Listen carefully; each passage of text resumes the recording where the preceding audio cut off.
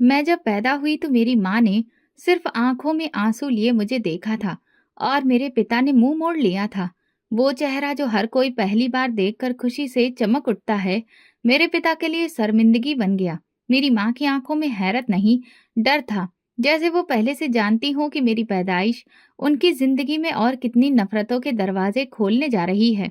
मेरी माँ सांवले रंग की थी, लेकिन मैं उनसे भी कई ज्यादा काली पैदा हुई।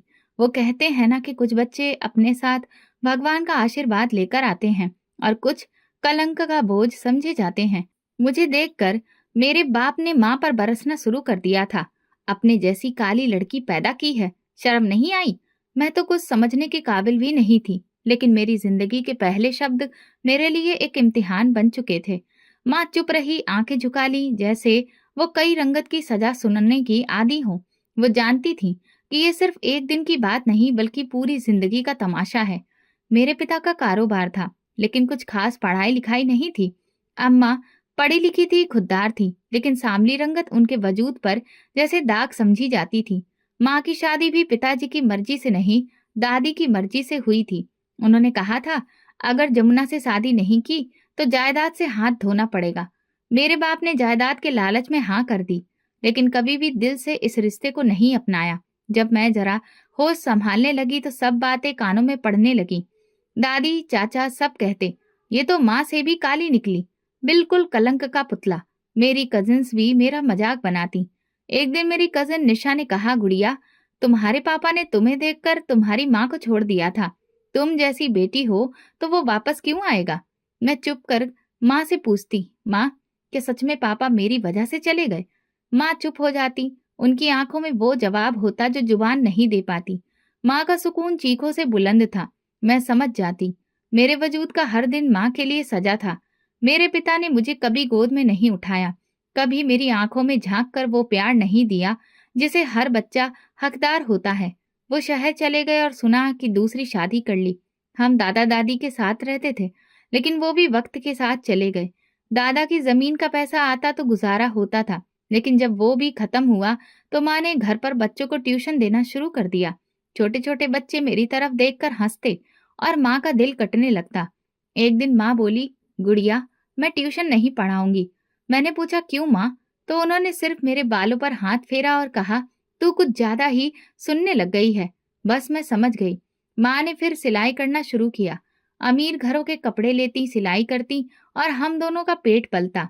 माँ सिलाई मशीन पर बैठी रहती और मैं कोने में बैठकर उन्हें देखती रहती। मुझे लगता था कि वो सिलाई नहीं कर रही, अपनी किस्मत को हर रोज धागे में सिल रही है। मैं स्कूल जाती, लेकिन वहां भी वही तमाशा, काली काली, जैसे मेरा नाम ही कोई सजा हो। एक दिन लड़कियों ने मेरा बस्ता छीन कर कहा, तेरा चेहरा देखकर तो हमारा दिन भी खराब हो जाता है। मैं रोते हुए घर आई। माँ से कहा, मैं स्कूल नहीं जाऊंगी। माँ ने मेरी आंखों में आंखें डालकर कहा, पढ़ाई तुम्हारे लिए हथियार है, तुम हार नहीं सकती हो गुड़िया।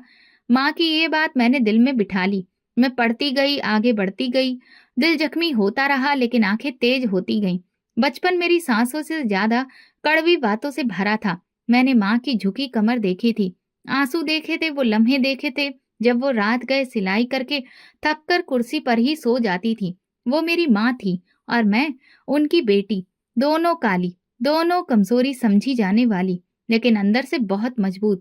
जब सपने मुंह मोड़ लिया करते थे, मेरी माँ ने मुझे सिखाया, गुड़िया, असली खूबसूरती वो है जो दिखाई नहीं देती, जो दिल में छुपी होती है। और मैंने वो खूबसूरती अपनी माँ से सीखी। जब मैं माँ की बात मानकर दोबारा स्कूल जाना शुरू किया तो खुद को किसी जंग में भेजने के जैसे लगता था। हर दिन एक नया युद्ध, नई बातें, नई हंसी। पहली क्लास से लेकर हर अगली क्लास तक मेरे साथ सिर्फ किताबें नहीं, ताने भी बढ़ते गए। एक दिन जब मैं पहली बार स्कूल के फंक्शन में हिस्सा लेने गई तो मेरी खुशी जल्दी ही मिट्टी में मिल गई। ड्रामा के लिए मुझे सिर्फ पेड़ बनने का रोल दिया गया, वो भी बिना किसी डायलॉग के। मैंने मैडम से पूछा, मैं कुछ बोल सकती हूँ? उन्होंने मुस्कुराकर जवाब दिया, तुम्हारी शक्ल ऐसी है, बस साइलेंट रोल ही अच्छा लगेगा तुम पर। उस शाम घर आकर मैं खामोशी से बैठ गई। माँ ने पूछा, क्या हुआ, कुछ बोलती क्यों नहीं? मैंने कहा, माँ, सब कहते हैं कि मैं काली हूँ, कुछ भी नहीं बन सकती। माँ ने कुछ देर बाद कहा, अगर रंग से इंसान की कदर होती तो कोयले को कोई नहीं चुनता, लेकिन हीरा भी उसी से निकलता है। हीरा बनो गुड़िया। मैंने माँ की बात को दिल में बिठा लिया, लेकिन ये बातें जल्दी दिल से नहीं जाती। एक दिन असेंबली में सबके सामने मेरे जूते फट गए। पीछे से एक लड़की ने जोर से कहा, ये तो काली भी है और गरीब भी, क्या करेगी अपनी जिंदगी में। सब हंसने लगे। मैं सिर झुकाकर खड़ी रही। कभी मेरा लंच चोरी हो जाता, कभी मेरी कॉपियां गायब कर दी जाती। मैं शिकायत करती तो टीचर कहती, तुम तो वैसे ही थोड़ी अजीब हो, तुम्हें ही कोई समझ नहीं पाता। अजीब सिर्फ इसलिए कि मेरी रंगत अलग थी। फिर एक दिन वो हुआ जिसने मुझे खुद पर यकीन दिलाया। 5वीं क्लास के एनुअल एग्जाम्स के रिजल्ट आए। मैं क्लास में सबसे ज्यादा नंबर लेकर आई थी। टीचर ने मेरा नाम पुकारा और मैं जैसे सपने की तरफ कदम बढ़ाया। पूरी क्लास सन्नाटे में थी। वही लड़कियां जो रोज मेरा मजाक उड़ाती थीं, हैरानी से मुझे देख रही थी। लेकिन जैसे ही मैं अपनी कॉपी लेकर वापस जा रही थी, पीछे से किसी ने धीरे से कहा, नंबरों से क्या होता है, शक्ल तो वही है ना इसकी। मैं पलटी, पर कुछ नहीं कहा, सिर्फ आंखों में आंखें डालकर देखा। ये पहली बार था जब मैं नजर ने नहीं चुराई। माँ को बताया तो वो बहुत खुश हुई। कहने लगी, देखा, पढ़ाई ने तुम्हें हिम्मत दी है, और अब ये हिम्मत बुझने मत देना। पापा की तरफ से कोई खबर नहीं थी, लेकिन मैं भी उनकी यादों को कहीं पीछे छोड़ चुकी थी। मेरा ध्यान सिर्फ पढ़ाई पर था, लेकिन जहां भी जाती तब भी लोग मुझे पहचानते, सिर्फ मेरे रंग से। एक दिन स्कूल के प्रिंसिपल ने कहा, आपकी बच्ची बहुत समझदार है, बस चेहरा थोड़ा साफ होता तो ब्राइट स्टूडेंट कहलाती। मुझे लगा जैसे वो मेरे नंबर नहीं, मेरे चेहरे को देख रही थी। 6ठी क्लास में एक नए लड़के ने मेरे साथ दोस्ती की कोशिश की। उसका नाम ऋतिक था। वो चुप रहता था, लेकिन हर रोज मेरी कॉपी देखता और काम की तारीफ करता। एक दिन बोला, तुम काली हो, मगर तुम जैसी भी हो वैसी कोई नहीं है। उसी दिन मुझे पहली बार लगा कि कोई रंग से हटकर भी मुझे देख सकता है। लेकिन ये छोटी सी खुशी भी जल्दी ही खत्म हो गई। कुछ दिन बाद उसके एक दोस्त ने सबके सामने कहा, ऋतिक तो उससे दोस्ती इसलिए कर रहा है क्योंकि उसके नंबर अच्छे हैं, वरना उसे कौन देखेगा। ऋतिक ने कुछ नहीं कहा, वो चुप रहा और कुछ दिन बाद वो भी दूर हो गया। मुझे समझ आ गया, लोग जैसे हैं वैसे ही रहेंगे। मुझे अपने लिए बदलना होगा, माँ के लिए और उन सब के लिए जो सिर्फ बाहरी चीजों को महत्व देते हैं। मैंने प्रिंसिपल की बात को चुनौती बना लिया। हर एग्जाम में टॉप किया, स्कूल के मुकाबलों में हिस्सा लिया, लेकिन मुझे हमेशा पीछे धकेला जाता। अब मैं उनसे डरती नहीं थी। मैं वो गुड़िया बन चुकी थी जो हर ताने का जवाब खामोशी से अपनी काबिलियत से देती थी, जो समझ चुकी थी कि पढ़ाई सिर्फ डिग्री नहीं, ताकत है। ऐसी ताकत जो किसी का चेहरा नहीं देखती। स्कूल की कामयाबी ने मेरी माँ की आंखों में थोड़ी चमक जरूर पैदा करती थी, लेकिन हमारी गलियों में चमक सिर्फ रंगत की जलती थी। माँ ने चाहा कि मैं अपनी पढ़ाई जारी रखूं, लेकिन अब एक और तूफान आकर खड़ा हो गया। मेरी उम्र जैसे जैसे बढ़ती जा रही थी, लोगों की नजरें और बातें बदलने लगीं। पहले सिर्फ मजाक उड़ाया जाता था, अब तरस भी खाने लगे और राय देने लगे। एक दिन बुआ घर आई, हाथ में पापड़ का पैकेट था और जुबान में जहर। माँ ने उन्हें कायदे से बैठाया तो वो बोली, जमुना, अब सोच लो, लड़की बड़ी हो गई है, ऐसी सूरत और ऐसी किस्मत के साथ कोई राजकुमार तो नहीं आएगा। कोई तलाकशुदा या फिर बूढ़ा मिल जाए तो शादी कर देना, वरना कल को कोई बोलने वाला भी नहीं बचेगा। माँ ने नजरें नीचे कर ली, जवाब नहीं दिया, सिर्फ चाय बनवाने के लिए मुझे आवाज दी। मैं जैसे ही कमरे में घुसी, बुआ ने एक नजर मुझ पर डाली और फिर मुंह फेर लिया। बोली, इसी से पूछ लो क्या चाहती है, या तो सारी उम्र कमर तोड़ती फिरे या किसी के घर चली जाए। मैं सुनकर हंसी नहीं, बस चाय दी और खामोशी से बातें बर्दाश्त करती रही। कुछ दिन बाद माँ ने बताया कि बुआ एक रिश्ता दिखाने वाली हैं। माँ ने कहा, लड़का पहले से शादीशुदा था, तलाक हो गया है, लेकिन अब नई जिंदगी शुरू करना चाहता है। मैंने कुछ भी नहीं कहा। माँ ने पूछा, गुड़िया, अगर लड़का तुमसे उम्र में बड़ा हो लेकिन सलीके वाला हो तो क्या तुम तैयार हो? मैंने धीरे से कहा, माँ, अगर आपको लग रहा है कि वो इंसान है तो मैं इनकार नहीं करूंगी। कुछ दिन बाद वो लोग आए, सादे से कपड़ों में थे, मगर उनके लहजे में गुरूर था। लड़के की माँ ने मुझे ऊपर से नीचे तक देखा। मैंने नजरें नहीं चुराई, बस अपनी माँ के बराबर खामोशी से खड़ी रही। कुछ देर बाद जब चाय खत्म हुई तो वो बोली, रंग तो बहुत काला है, हमारे परिवार में सब लोग गोरे हैं, कल को अगर औलाद हो गई तो फिर यही रंगत आएगी। हमें माफ करिए, हमारे लिए ये रिश्ता नहीं हो पाएगा। मैंने माँ की तरफ देखा, उनका चेहरा दर्द से भरा था। लेकिन कुछ नहीं कहा। मेहमान उठे और चले गए। दरवाजा बंद करके माँ अंदर आई, मुझसे लिपट कर बोली, बेटी तू दिल से साफ है, बाकी सब फालतू बातें हैं। भगवान सब ठीक करेगा, रिश्तों की लाइन लगेगी। बुआ हर दूसरे तीसरे हफ्ते किसी को ले आती, कभी कोई तो कभी कोई। कोई 60 साल का बिधुर जिसके 6 बच्चे पहले से होते। सब आते, मुझे देखते और बात खत्म कर देते। एक रोज एक परिवार आया जो काफी अमीर लगता था। उनके साथ जो मर्द आया वो करीब 40 साल का होगा। बातों से लगा जैसे सब अच्छा है। थोड़ी देर बाद उसने मेरी तरफ देखा और आंखों में नफरत सी आ गई। फिर उसने बुआ की तरफ मुंह करके कहा, यह आपने कैसी लड़की दिखाई है, इतनी काली। मैं तो यहाँ अपने वंश को आगे बढ़ाने के लिए शादी करना चाहता था, ना कि रंग बिगाड़ने के लिए। माफ करिए, लेकिन मेरी पसंद कुछ और है। बुआ ने हंसी में बात उड़ा दी। अरे छोड़ो भी, शक्ल ही तो है, बाकी तो सब परफेक्ट है। उसने जवाब दिया, नहीं, शक्ल ही सब कुछ होती है। ये सुनकर माँ के हाथ कांपने लगे। मैं चुप रही। अब समझ चुकी थी कि हर बार यही होगा। लोग आएंगे, देखेंगे और रंगत को देखकर ताने देकर चले जाएंगे। फिर एक रोज बुआ ने कहा, अब तो लगता है इसकी किस्मत भी काली हो गई है। ऐसी शकल और ऐसा नसीब दोनों मिलकर कुछ नहीं बनेगा। माँ ने गुस्से में कहा, तुम हर बार ये क्यों कहती हो? भगवान ने जो भी दिया है उसमें शिकायत क्यों? बुआ तिलमिला गई। अच्छा, तो अब मैं गलत हो गई? ये सब तुम्हारे लाड़ प्यार का नतीजा है। ये रंग लेकर क्या करेगी? कौन करेगा इससे शादी? कोई अच्छा भला भी होगा ना, तो वो भी भाग जाएगा। मैं चुप हो गई, जैसे अब इनकार करने की भी हिम्मत नहीं बची थी। माँ ने मुझे सामान्य स्वर में कहा, गुड़िया, अगर तुम चाहो तो मैं इनकार कर दूं, आगे जो भी रिश्ते हैं। मैंने कहा, माँ मैं बस पढ़ना चाहती हूँ, भगवान की जब मर्जी होगी तब वही सही फैसला करेगा। इसी दौरान मैंने इंटरमीडिएट में स्कूल में एडमिशन ले लिया। क्लास का माहौल कुछ अलग था, लेकिन पुरानी बातें पीछा नहीं छोड़ती थीं। यहाँ भी कुछ लड़कियां पीछे से चुपके चुपके ताने कसती, ये वही है ना, इसके रिश्ते बार बार रिजेक्ट हो रहे हैं रंगत की वजह से। मैंने पढ़ाई पर ध्यान दिया, लेकिन अंदर कहीं खालीपन भरने लगा था। जिंदगी जैसे बार बार याद दिलाती थी कि तुम बस चेहरा हो और वो चेहरा पसंदीदा नहीं है।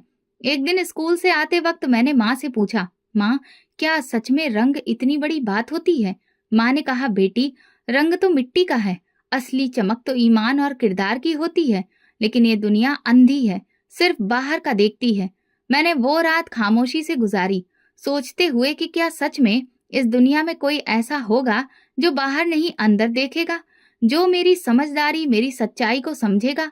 ये सवाल मेरे दिल में एक जगह ठहर गया और मैंने तय किया, जब तक जवाब नहीं मिलता मैं बस आगे बढ़ती रहूंगी। रिश्ते आते रहे और हर बार मेरी पहचान को जैसे किसी अदालत में खड़ा करके फैसला सुना दिया जाता, तो दिल में खामोशी गहरी होती चली गई। माँ अब रिश्तों की बातें छुपाने लगी, लेकिन बातें छुपती कहाँ थीं? मोहल्ले की औरतें, स्कूल की लड़कियां और सबसे बढ़कर बुआ, उन सबकी नजरें मुझसे अंदर से चीरने लगी। एक शाम माँ ने आवाज दी, कपड़े बदल कर आओ, कुछ मेहमान आ रहे हैं। मैंने कपड़े निकाल कर रख दिए, मगर दिल में हलचल थी। अब हर नए चेहरे का मतलब होता था एक नया इनकार, एक नया ताना। दरवाजे पर दस्तक हुई। मैं चुपचाप कमरे के कोने में जा बैठी। आने वाले रिश्ते की बात खत्म हुई तो हमेशा की तरह वही बातें माँ को सुननी पड़ी। लड़की तो अच्छी है, लेकिन रंग, हमें तो परिवार में ऐसी रंगत की कोई नहीं चाहिए। रात को बुआ घर आई। माँ चुप रही, लेकिन बुआ ने मौका हाथ से जाने नहीं दिया। जमुना, सच कहूं, जैसा रंग ले आई है ना, वैसा नसीब भी है। ये किस्मत नहीं खुलेगी, चाहे दर्जन भर रिश्ते दिखा लो। मैं दरवाजे के पीछे खड़ी सुन रही थी। एक लंबा सन्नाटा लगा, जैसे मेरी सांसें बंद हो गईं। उसी दिन पहली बार दिल में मौत का ख्याल आया, जैसे इस दुनिया में मेरे लिए कुछ बचा ही नहीं। मैं कमरे में जाकर दरवाजा बंद कर लिया। सोचने लगी कि अगर मैं चली जाऊं तो किसी को फर्क पड़ेगा क्या? माँ सुकून से जी पाएगी क्या? बुआ को सुकून मिल जाएगा कि उनका ताना असर कर गया? मैं खिड़की के पास आकर खड़ी हो गई। नीचे सन्नाटा था। कुछ पल को लगा जैसे सुकून की तलाश का यही एक रास्ता है, लेकिन फिर दरवाजे पर धीरे से दस्तक हुई। गुड़िया बेटा, सब ठीक तो है ना? माँ की आवाज में परेशानी छुपी नहीं थी। मैंने कुछ लम्हों के बाद दरवाजा खोला। माँ ने मुझे देखा और गले से लगा लिया, जैसे सब जान गई हो। फिर धीरे से बोली, देखो बेटा, जिंदगी दुख देती है, लेकिन उसे खत्म करने का अधिकार सिर्फ भगवान के पास है। इसीलिए शिकायत मत करो, सिर्फ प्रार्थना करो। प्रार्थना किस्मत का रुख मोड़ देती है। माँ मेरे कंधे से लगी रही। वो बोलती रही, भगवान से मांगो, शिकायत ना करो। वो सब देख रहा है, सुन रहा है। तुम आज रो लो, लेकिन कल उठकर फिर से उनके आगे झुकना। अगली सुबह मैंने यही किया। मैंने भगवान से कहा, मुझे नहीं पता मुझ में क्या कमी है, पर तुम जानते हो। बस मैं इतना चाहती हूँ कि जो मुझे दिल से चाहे उसी को मेरी किस्मत में लिखना। जो मेरी सूरत नहीं, मेरी आत्मा देखे। उस दिन के बाद मैंने जिंदगी को एक और नए नजरिए से देखना शुरू किया। स्कूल गई तो वही पुरानी नजरें थी, पर अब मैं रुकती नहीं थी। एक दिन प्रिंसिपल सर ने मुझे बुलाया। कहने लगे, गुड़िया, बोर्ड के टॉपर्स में तुम्हारा नाम आया है, बधाई हो। उनके चेहरे पर हैरानी थी, खुशी नहीं। लेकिन मैं सिर्फ माँ को खबर देना चाहती थी। घर पहुंची तो माँ को बताया। उन्होंने सीने से लगाकर आशीर्वाद दिया। कुछ दिन बाद स्कूल के एक इवेंट में मुझे अवार्ड के लिए बुलाया गया। जब स्टेज पर गई तो पीछे से किसी ने कहा, देखो, अवार्ड लेने जा रही है, जैसे कोई हीरोइन हो। मैं पलटकर नहीं देखी, सीधा आगे गई। अवार्ड लिया। उसी दिन पहली बार मेरी तस्वीर अखबार में आई। कुछ ने तारीफें की तो कुछ ने कहा, ज्यादा फोटोशॉप से क्या होगा, असल में तो कोई और ही लगती है। घर आकर मैंने माँ को अखबार की कटिंग दिखाई।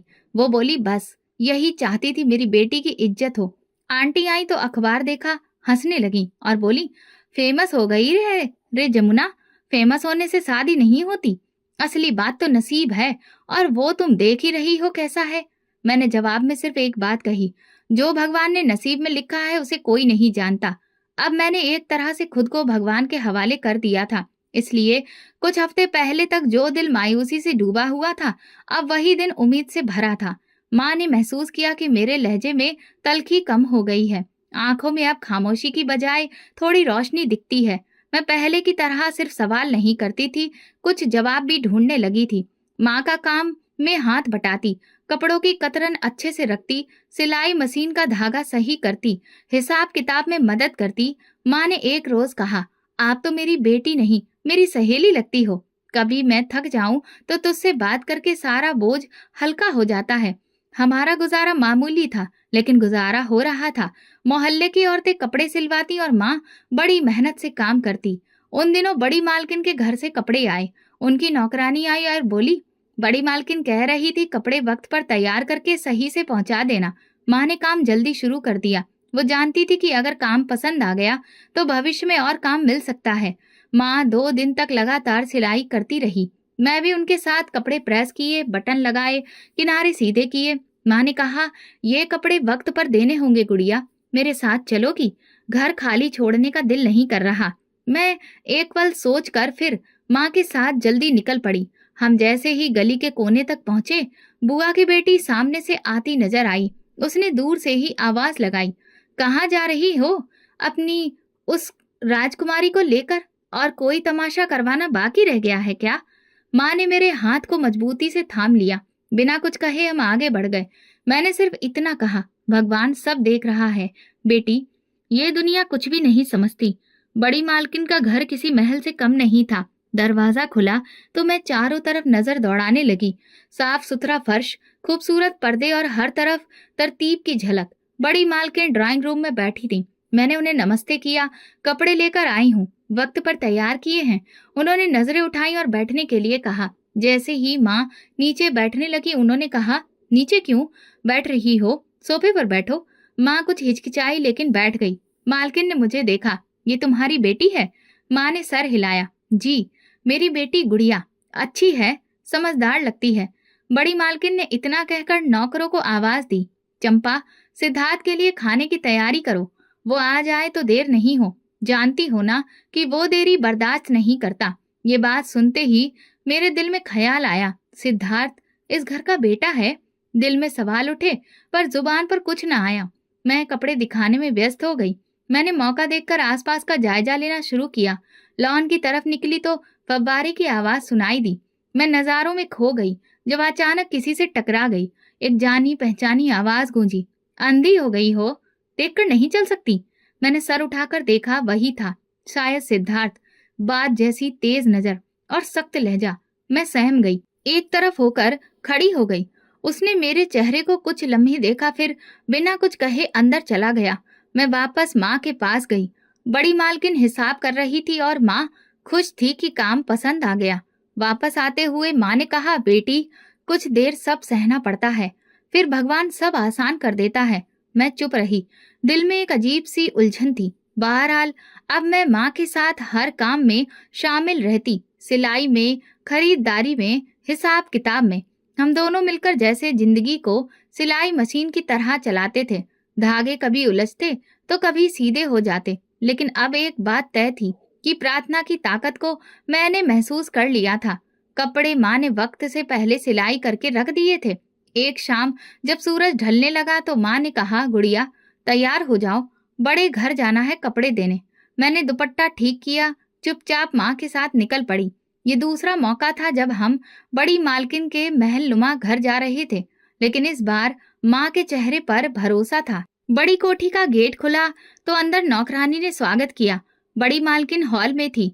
माँ ने सिर हिलाया और मैं उनके पीछे पीछे अंदर चली गई। हॉल में मालकिन सफेद कपड़ों में शीशे के गिलास में पानी लिए बैठी थी। हमें देखकर मुस्कुराई। आओ जमुना, बहुत अच्छे वक्त पर आ गई हो तुम। माँ ने नमस्ते किया। जी, कपड़े पूरे सिल दिए हैं। आपका ऑर्डर था ना, वक्त पर देना है। मालकिन ने सोफे की तरफ इशारा किया। यहाँ नीचे क्यों बैठने लगी हो, सोफे पर बैठो, तुम मेहमान हो। माँ हिचकते हुए बैठ गई। मालकिन ने नौकरानी को आवाज दी, देखो खाना तैयार हुआ है या नहीं। सिद्धार्थ आ गया तो शोर मचाएगा, उसका हर काम वक्त पर होना चाहिए। सिद्धार्थ, ये नाम सुनकर दिल की धड़कन फिर से तेज हो गई। कुछ दिन पहले जिस इंसान से टकराई थी, शायद वही होगा। मालकिन कपड़े देखने लगी। मैं उनके सामने थी, खामोशी से पास में खड़ी। तभी दरवाजा धड़ाक से खुला और एक तेज कदमों की आहट आई। सिद्धार्थ अंदर दाखिल हुआ। ऊंची आवाज में बोला, चंपा, मेरे जूते कहाँ हैं? और मोबाइल कौन ले गया मेरी टेबल से? बड़ी मालकिन ने सिर उठाकर कहा। सिद्धार्थ, आवाज नीचे, मेहमान आए हुए हैं, जमुना और उसकी बेटी है। सिद्धार्थ ने मेरी तरफ एक नजर डाली, फिर एक लम्हा रुक कर तेजी से बोला, ये तो वही है जो उस दिन मुझसे टकराई थी। आंखें बंद थी क्या? मेरा दिल धक्क से रह गया। मैं नजरें नीचे कर चुकी थी। बड़ी मालकिन ने कहा, सिद्धार्थ, ये कौन सा तरीका है? मेहमान से ऐसे बात नहीं करते। वो खामोश हो गया, लेकिन मेरी तरफ देखता रहा। उसकी नजरें जैसे किसी सवाल में थीं और दिल जवाब देने से डरा हुआ। मैं एक कदम पीछे हटकर माँ के बराबर बैठ गई। मालकिन ने सिद्धार्थ से कहा, तुम अपने कमरे में जाकर आराम करो, तुमसे बाद में बात करूंगी। सिद्धार्थ के जाने से पहले एक बार फिर उसने मेरी तरफ देखा, फिर कमरे से निकल गया। वापसी पर मैं चुप थी। कुछ दूरी तय करने के बाद माँ बोली, क्या हुआ था अंदर? तुम डर गई थी? मैंने धीरे से कहा, कुछ नहीं माँ, बस आवाज तेज थी। रात को जब सब सो गए तो मैं छत पर गई। आसमान साफ था, तारे चमक रहे थे। मैंने भगवान से कहा, मुझे नहीं पता कि कोई ऐसा होगा भी या नहीं जो मेरे चेहरे के पीछे मेरे दिल को पहचान सके। नहीं जानती कि सिद्धार्थ मेरे मुकद्दर से जुड़ा होगा या नहीं, बस इतना जानती हूँ कि प्रार्थना खाली नहीं जाती। जो मांगा है वो जरूर मिलेगा। उस रात के बाद मेरे अंदर कोई नया सवाल जन्म लेने लगा। दिल में एक बेचैनी थी जिसका न कोई नाम था न चेहरा, बस वो ख्याल जो बार बार उभर कर आता, सिद्धार्थ। मैंने खुद को कई बार समझाया, लेकिन वो ख्याल मेरा पीछा ही नहीं छोड़ता था। अगले दिन जब माँ काम में व्यस्त थी, मैं कपड़ों की तह लगाते हुए ख्यालों में खो गई। मन में वो पल बार बार उभरता जब सिद्धार्थ ने मुझे घूर कर देखा था और बिना कुछ कहे पलट गया था। उसके चेहरे पर कोई एक्सप्रेशन नहीं थे, लेकिन चुपचाप उसने मेरे अंदर शोर मचा दिया था। मैंने सिर झटका अपने आप से कहा, क्या पागलपन है गुड़िया, तुम कहाँ और वो कहाँ? खुद ही हंसती हुई दिल के अंदर एक चुभन सी महसूस हुई। दोपहर में माँ ने कहा, गुड़िया, कल बड़ी मालकिन के यहाँ दोबारा जाना है, वो कुछ और कपड़ों की सिलाई देना चाहती हैं। मैं चौंक कर माँ को देखने लगी। कल? माँ बोली, हाँ, कह रही थी कि कुछ खास मेहमान आ रहे हैं, उनके लिए ही कपड़े जल्दी चाहिए। मैंने कुछ कहे बिना सिर हिला दिया, लेकिन दिल में बेचैनी उठने लगी। अगले दिन हम कोठी की तरफ गए। दरवाजे से अंदर गए तो नौकरानी ने कहा, मालकिन मेहमानों के साथ बैठी है, वहीं चलिए। माँ ने मुझे देखकर कहा, चलो साथ में चलते हैं। लॉन में मालकिन एक दरमियानी उम्र की औरत और एक जवान लड़की के साथ बैठी थी। हमें देखकर उन्होंने बड़े ही खुश होकर कहा, जमुना, आओ, तुमसे कुछ खास काम है। माँ ने उन्हें नमस्ते किया। मालकिन, कपड़े ले आई हूँ, आपका हुक्म था तो। मालकिन ने बात काटी, कपड़े बाद में, पहले एक और बात सुन लो। ये मेरी कजिन है शकुंतला और उसकी बेटी नम्रता। सिद्धार्थ के लिए हम कुछ रिश्ते देख रहे थे, तो इन्हें बुलाया है। तुम जानती हो, हम सब चाहते हैं कि सिद्धार्थ के लिए एक अच्छी पढ़ी लिखी सुलझी लड़की हो। मेरे पैरों तले से जमीन खिसक गई। एक पल को लगा जैसे मैं कुछ सुन ही नहीं पाई हूँ। माँ ने भी शायद महसूस किया। मेरा हाथ धीरे से थाम लिया। मालकिन बोलती रही, नम्रता बहुत प्यारी बच्ची है, मेडिकल की पढ़ाई कर रही है, और तुम तो जानती हो हम चाहते हैं कि सिद्धार्थ की शादी जल्दी हो जाए। माँ कुछ नहीं बोली। मैं भी चुप खड़ी रही। वो लम्हा जैसे मेरे अंदर कुछ तोड़ गया। वापसी पर माँ ने पूछा, गुड़िया तुम ठीक हो? मैंने कहा, हाँ माँ, बस थकान लग रही है। घर आकर मैंने माँ के सामने खुशी का दिखावा किया। बहुत अच्छी लड़की थी वो नम्रता, बिल्कुल सिद्धार्थ के लायक। माँ ने मेरी आंखों में झांक कर पूछा, सच कह रही हो? मैंने नजरें चुरा ली। जी, सच कह रही हूँ, लेकिन रात को जब सब सो गए मैं जागती रही। दिल में दर्द था, लेकिन जुबान पर सिर्फ प्रार्थना, भगवान, अगर वो मेरी किस्मत में नहीं तो मेरे दिल से उसका ख्याल निकाल दो। मैं किसी के लिए सपना नहीं बनना चाहती जो पहले ही किसी और के लिए जाग रहा हो। अगले दिन माँ ने देखा कि मैं देर तक चुप रही। वो बोली, कोई बात है? मैंने कहा, नहीं माँ, बस कुछ सोच रही हूँ। उन्होंने मेरे सिर पर हाथ रखा। कभी कभी प्रार्थना पूरी होने से पहले परीक्षा आती है। मैं चुपचाप माँ के शब्दों को याद रखे रही। दिल में उलझन थी, उम्मीद भी थी, जिसने मुझे संभाले रखा था। मैं जानती थी कि ये ख्याल बिना मकसद के हो सकते हैं, लेकिन दिल का क्या करूं? वो तो बिना इजाजत किसी के बारे में भी सोचने लगता है। मैं खुद को बहुत समझाती रही कि दिल को रोकना सीखो, लेकिन वो ख्याल बार बार लौटता था। वही खामोश सा चेहरा, वही तेज लहजा, वही गहरी नजरें। अब मेरे मन ने सिद्धार्थ के नाम के साथ कुछ और जोड़ना शुरू कर दिया था, लेकिन मैं हमेशा यही सोचकर खुद को टोक देती, मेरा उससे क्या रिश्ता? वो एक दूसरी दुनिया का इंसान है और मैं उसकी दुनिया की नहीं हूँ। उसी दिन माँ मोहल्ले की औरतों के लिए कुछ कपड़े तैयार कर रही थी। मैंने सारी कतरनें ठीक से रख दी, सिलाई पूरी की और अपना बैग तैयार करने लगी। एग्जाम पास में थे और मुझे पूरे ध्यान से पढ़ाई करनी थी, लेकिन सच तो ये है कि मन थोड़ी देर बाद ही दरवाजे पर जा पहुंचता। क्या वो वाकई नम्रता से शादी करेगा? क्या वो मालकिन की पसंद को मन से मानेगा? शाम ढली, रात गहरी हुई। माँ और मैं खाने के बाद चाय पीने बैठे ही थे कि दरवाजे पर दस्तक हुई। माँ ने चौंक कर मुझे देखा। इस वक्त कौन हो सकता है? मैंने कहा, शायद कोई मोहल्ले वाला हो। माँ दरवाजे की तरफ गई और जैसे ही दरवाजा खोला, कुछ लम्हों के लिए पत्थर सी हो गई। दरवाजे पर मालकिन खड़ी थी, उनके साथ वही चेहरा, सिद्धार्थ। बड़ी मालकिन ने माँ को देखकर कहा, अंदर आने को कहो यमुना, बाहर खड़े होना अच्छा नहीं लगता। माँ ने तुरंत दरवाजा खोला और कायदे से कहा, जी जी, अंदर आइए। मैं अंदर बैठी सब सुन रही थी। दिल की धड़कन तेज हो चुकी थी, जैसे कोई अनदेखा लम्हा मेरी तरफ बढ़ रहा हो। बड़ी मालकिन और सिद्धार्थ अंदर आए। मैं चुपचाप कोने में खड़ी हो गई। बड़ी मालकिन ने माँ के सामने बैठकर बात शुरू की, जमुना, हम किसी और मकसद से नहीं आए। मैं सीधी बात करती हूँ, हम गुड़िया के लिए रिश्ता लेकर आए हैं, मेरे बेटे के लिए। कमरे में खामोशी छा गई। माँ कुछ पल को झटका लगा, फिर भी यकीन से बोली, आप मेरे लिए मतलब सिद्धार्थ के लिए, मेरी बेटी के लिए? बड़ी मालकिन ने सिर हिलाया, जी हाँ, यही सच है। सिद्धार्थ खामोश बैठा था, पर उसकी नजर मेरी तरफ थी। मैं आकर नीचे बैठ गई, लेकिन दिल की धड़कन अब सिर्फ सदा बन चुकी थी, धड़कन की सदा। माँ ने उलझन में कहा, मालकिन, सिद्धार्थ तो, वो तो नम्रता के साथ, आप तो कल ही उनका रिश्ता तय करने का सोच रही थी।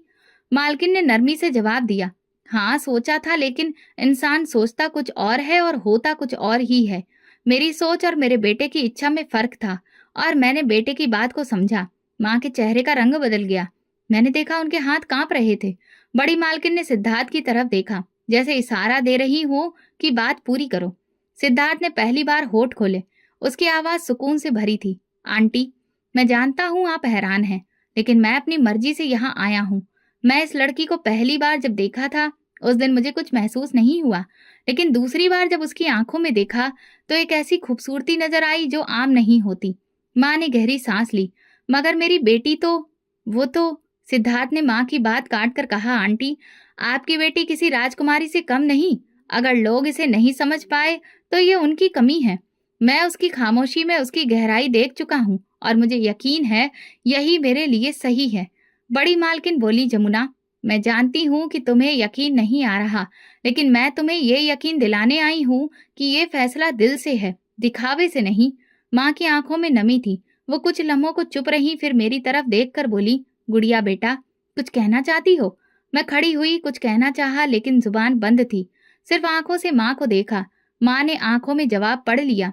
माँ ने बड़ी मालकिन की तरफ देखा। अगर ये फैसला आपके बेटे का है और आपकी रजामंदी भी है, तो मुझे इस पर कोई ऐतराज नहीं। मालकिन ने मुस्कुराकर सिद्धार्थ की तरफ देखा। उसने पहली बार मुझे ध्यान से देखकर मुझसे कहा, मैं वादा करता हूँ तुम्हारी जिंदगी का हर दिन अच्छा बनाऊंगा। वो रात जो सदा सी थी, मेरे लिए किस्मत का एक नया दरवाजा बन गई। धड़कनों में छुपी हुई आवाज अब बुलंद हो चुकी थी और उसका जवाब भी मिल चुका था। अगली सुबह जब माँ ने रिश्ता तय होने की खबर सबको सुनाई, तो जैसे पूरे मोहल्ले में बिजली दौड़ गई। सबकी नजरें हैरत से फैल गईं और जुबानें जैसे एक साथ बोलने लगी। किसी ने कहा, ये तो सपना लगता है, तो किसी ने तेजी से ताना मारा, ऐसी लड़की के लिए कुछ तो गड़बड़ है। बुआ को तो जैसे मौका मिल गया। माँ के घर आते ही बोली, जमुना, पागल हो गई हो? ये अमीरजादे ऐसे थोड़ी ना आकर काली कलूटी से रिश्ता मांगते हैं। कुछ तो बात है। हो सकता है कोई शर्त हो, कोई मजबूरी हो। देख लेना, 2 दिन बाद छोड़ जाएगा। माँ ने तुरंत कहा, बिना समझे हुए फैसला मत किया करो। बड़ी मालकिन खुद आई थी और उनके बेटे ने खुद अपनी मर्जी से रिश्ता मांगा है।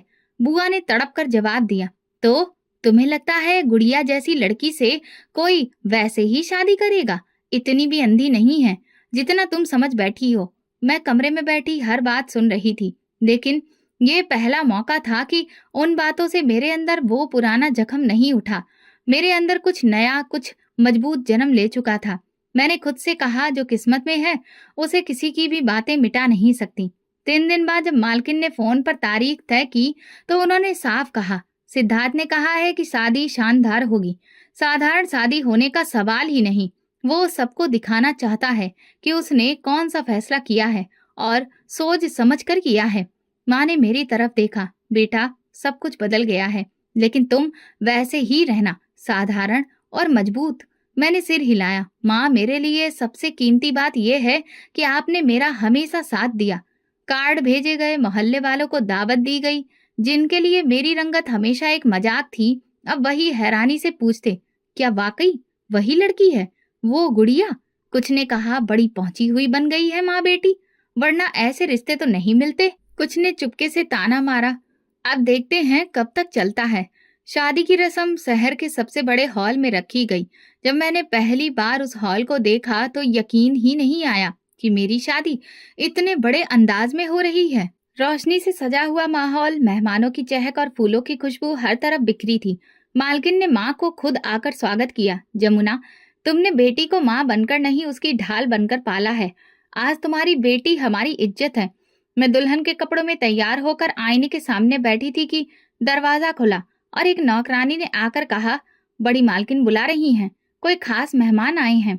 मैं कमरे से बाहर नहीं निकली, लेकिन दिल में बेचैनी सी थी। जब स्टेज के पास पहुंची तो अचानक मेरी नजरें किसी पर ठहर गईं। वो इंसान और कोई नहीं, मेरा बाप था। वही जिसने मेरी पैदाइश के बाद मुंह मोड़ लिया था और फिर कभी लौटकर नहीं देखा। माँ ने कुछ देर उन्हें देखा, फिर बड़ी मालकिन की तरफ देखा। मैंने उन्हें बुलाया है क्योंकि आज उनकी बेटी की जिंदगी का सबसे खास दिन है। जाते हुए माँ ने मुझे बताया, तुम्हारे पिता आए हैं और सिद्धार्थ ने खुद उन्हें दावत दी। मेरे दिल में हलचल सी मच गई, लेकिन गुस्सा नहीं था। वो दिन देखने जो शायद उन्होंने कभी मुमकिन नहीं समझा था। शादी की रस्में शुरू हुई, फेरे हुए, मांग भरी गई, मंगलसूत्र पहनाया गया। शादी के बाद स्टेज पर सारे परिवार वाले जमा थे। बड़ी मालकिन ने माँ का हाथ पकड़ा और आसपास मेहमान आशीर्वाद दे रहे थे। मैंने सिद्धार्थ से धीरे से पूछा, पापा आए कैसे? सिद्धार्थ ने मेरे हाथ को मजबूती से पकड़ा। मैंने बुलाया था, तुम्हारा दिन है, तुम्हारी कहानी का हर किरदार यहाँ मौजूद होना चाहिए। कुछ कहना मुमकिन नहीं रहा था। सिद्धार्थ ने सबके सामने मुस्कुराकर बोलना शुरू किया, मैं जानता हूँ आज इस शादी के समारोह में सबने बहुत कुछ देखा, सुना और शायद सोचा भी, लेकिन एक बात कहना जरूरी है। उनके लिए जो समझते हैं कि खूबसूरती सिर्फ चेहरे में होती है। हॉल में खामोशी छा गई। सबकी नजरें सिद्धार्थ और मुझ पर थी। वो आगे बढ़ा और अपने बाजू से मुझे करीब किया। ये मेरी पत्नी है गुड़िया। जब मैंने इसे पहली बार देखा तो ये खामोशी में लिपटी हुई लड़की थी। कुछ नहीं बोलती थी, बस नजरों से सवाल करती थी। मैंने उसके चेहरे से नहीं, उसके दिल से मोहब्बत की है। फिर उसने सामने वाले सोफे की तरफ देखा, जहां मेरे पिता बैठे थे। आज यहाँ एक इंसान मौजूद है जिन्होंने इस लड़की को उस वक्त छोड़ा जब उसे सबसे ज्यादा अपने बाप की जरूरत थी। उन्होंने उसके रंग को देखा, दिल को नहीं। उसकी माँ की इज्जत को ठुकराया, उसके वजूद से मुंह मोड़ा। मेरे बाप का चेहरा लाल हो गया, नजरें झुक गईं। लेकिन मैं चाहता था कि वो देखे कि जो बेटी उन्होंने नजरअंदाज की, वो आज इतनी बुलंद हो चुकी है कि उसका नाम इज्जत से लिया जा रहा है। मैं चाहता था वो देखें, क्योंकि ये बदले की नहीं बल्कि खुशी मनाने की रात है। सिद्धार्थ चुप हुआ। हॉल में एक बार फिर सन्नाटा छा गया। सबकी नजरें मेरे पिता पर थीं। उन्होंने धीरे से कुर्सी उठाई और मेरे पास आए। मैं थोड़ा पीछे हट गई, जैसे जगह दे रही थी। मैं चुप रही। सिद्धार्थ एक कदम पीछे गया। मेरे बाप ने नजरें उठाकर कहा, गुड़िया, मैं शायद कोई जवाब नहीं दे सकता। उस वक्त अंधा था, दिल बंद था और दिमाग कमजोर। जो कुछ मैंने किया उसका कोई पक्ष अब नहीं है। लेकिन आज देखकर एहसास हुआ कि मैं अपनी जिंदगी की सबसे बड़ी खुशी को पहचान ही नहीं पाया। मैं चुपचाप सुन रही थी। पिता ने माँ की तरफ देखकर कहा, जमुना, तुमने जो किया वो शायद मैं सारी जिंदगी ना कर पाता। तुमने अकेले बेटी को इस मुकाम तक पहुंचाया, उसका हौसला बनाए रखा और आज वो इस काबिल खड़ी है कि मैं शर्मिंदा हूँ। माँ ने कोई जवाब नहीं दिया, बस नजर हटाई। फिर वो मेरी तरफ मुड़े। बेटी, क्या तुम अपने पिता को माफ कर सकती हो? क्या मुझे ये अधिकार दे सकती हो कि मैं अब तुम्हारी जिंदगी में एक साया बन सकूं? शायद अभी भी देर ना हुई हो। मैं कुछ देर चुप रही। सिद्धार्थ ने धीरे से कहा, फैसला तुम्हारा है गुड़िया। मैंने सिर उठाकर पापा को देखा। उनके चेहरे पर वो गुरूर नहीं था जो बरसों पहले था। आज वहां पश्चाताप भरा एक चेहरा खड़ा था। वो इंसान जो हमेशा बुलंद आवाज में बोलता था, आज धीरे से बात कर रहा था। मैंने कहा, मैंने आपको तब माफ कर दिया था जब आपने छोड़ा था, क्योंकि मेरी माँ ने कभी मेरे दिल को नफरत से भरने नहीं दिया। मेरे शब्दों के साथ ही माँ की आंखों में आंसू आ गए और पापा ने अपने आंसू छुपाने के लिए मुंह फेर लिया। बहुत कुछ साबित कर गई ये रात। खून का रिश्ता वही बेहतर होता है जो वक्त के साथ निखरता है। आज हमें खुशी है कि हमारी बहू ने सिर्फ घर में नहीं, दिलों में जगह बनाई। बुआ अजीब नजरों से देख रही थी और उनकी बेटी बार बार होंठ काट रही थी, जैसे सब कुछ उसके अंदाज से बाहर हो रहा हो। कुछ मेहमान आपस में बातें कर रहे थे। यही वो लड़की है ना जिसे सब काली कहते थे? शादी का समारोह खत्म होने लगा। पापा ने माँ से कहा, जमुना, अगर तुम इजाजत दो तो मैं तुम्हारे साथ वापस रहना चाहता हूँ। अब अकेला हो चुका हूँ। जिसके लिए सब कुछ छोड़ा वो भी छोड़ गई। माँ ने कोई वादा नहीं किया, बस इतना बोली, जब वफादारी निभानी चाहिए थी तब वफा मिली नहीं। इसलिए अब मैं कोई और नई उम्मीद नहीं पालना चाहती और जिंदगी की जो नई शुरुआत की थी उसे ऐसे ही रखना चाहती हूँ। शादी के बाद सिद्धार्थ के साथ जिंदगी बहुत अच्छी डगर पर चल निकली। वो लड़की जिसके वजूद पर तानों की धूल जमी थी, अब खुद को आईने में देखकर मुस्कुरा सकती थी। कोई जादू नहीं था, बस इज्जत और मोहब्बत का वो रंग था जो हर जख्म को धुंधला कर देता है। शादी के कुछ दिन बाद जब हम अपने नए घर में शिफ्ट हुए तो हर कमरे में मेरे लिए एक नई हरियाली थी। सिद्धार्थ ने मेरे लिए एक छोटा सा कमरा अलग तैयार कराया था, जहाँ सिर्फ किताबें और सुकून था। कहने लगा, ये तुम्हारी सोच की जगह है, जहाँ तुम बिना किसी रोक टोक के वो बन सकती हो जो तुम हो। मैंने पूछा, तुम्हें कभी शक नहीं हुआ मेरे बारे में, मेरे अतीत के बारे में? सिद्धार्थ ने मुस्कुराकर कहा, मुझे सिर्फ एक सच दिखाई दिया था, तुम्हारी आंखों का सच। बाकी सब फालतू था। मैंने खुद को बदलते देखा। जो गुड़िया हर वक्त नजर से बचती फिरती थी, अब मेहमानों से मुस्कुराकर मिलती, उनकी बातों में हिस्सा लेती। एक रोज मैंने सिद्धार्थ से कहा, लोगों का व्यवहार बदल गया है। वो लोग जो कभी मुझे नाम से बुलाते थे, अब इज्जत से मेरा नाम लेते हैं। उसने हंसते हुए कहा, जब तुम खुद को नहीं पहचानती थी तब तक दुनिया भी अंधी थी। अब तुम्हारी रोशनी में दूसरों को दिखाया कि खूबसूरती कहाँ होती है। बुआ और उनकी बेटियां शादी के कुछ दिन बाद घर आईं, चेहरे पर वही जलन वाली मुस्कुराहट। बुआ ने ताने भरे अंदाज में कहा, अब बहुत बदलाव आ गया है, लगता है किस्मत सच में जाग गई है। मैंने नरम लहजे में जवाब दिया, किस्मत कभी नहीं सोई, बस नजरअंदाज होती है। जब वक्त आता है सब साफ दिखाई देता है। बुआ की बेटी जो मेरी रंगत पर बरसों बातें करती रही, उसने कहा, ये सब तो सपने जैसा लगता है। मैंने कहा, कभी कभी सपने भी हकीकत से ज्यादा सच्चे होते हैं। मैंने माँ को भी शहर बुला लिया। वह हमारे साथ ही रहने लगी। वही माँ जो बरसों सिलाई मशीन के साथ बैठी रहती थी, अब सुबह की चाय के साथ बगीचे में बैठकर अखबार पढ़ती थी। मैंने सिद्धार्थ से कहा, ये उनकी जिंदगी का वो हिस्सा है जो उन्होंने मेरे लिए कुर्बान किया। अब उनका वक्त है जीने का। उसने सिर हिलाया और कहा, तुमने उन्हें वापस लौटा दिया। तुम सिर्फ मेरी मोहब्बत नहीं, मेरी इज्जत हो। कुछ साल गुजर गए, जिंदगी ने कई रंग दिखाए और सबसे खूबसूरत रंग मेरे दो बच्चों की शक्ल में मेरे सामने था, एक बेटा और एक बेटी। दोनों मुझ पर गए, काला रंग, संजीदा आंखें और नरम स्वभाव। सिद्धार्थ अक्सर बच्चों को देखकर कहता, ये मेरी प्रार्थनाओं का जवाब है और तुम मेरी मोहब्बत का चेहरा हो।